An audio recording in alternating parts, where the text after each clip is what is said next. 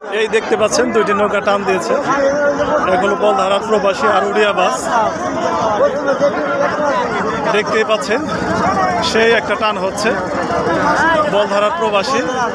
বলধারার প্রবাসী আগে এসেছে আর এরা সিরাজগঞ্জের বাইচা। দেখতেই পাচ্ছেন যে তারা ঘুরিয়ে ঘুরিয়ে বৈঠা টানে, সেই লাগতেছে। আর পিছনে উড়িয়া বাস, তারা আলমপুরে টু বাইছে, সেই বলধারার প্রবাসী, সেই টান হচ্ছে। ঘুরিয়ে ঘুরিয়ে টানলো বৈঠাটা।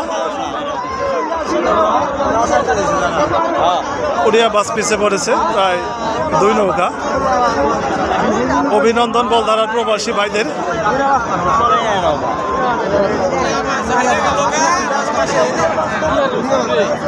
উড়িয়া বাসে ছিল আলমপুরের দ্বিতীয় গাইছে, এবং কি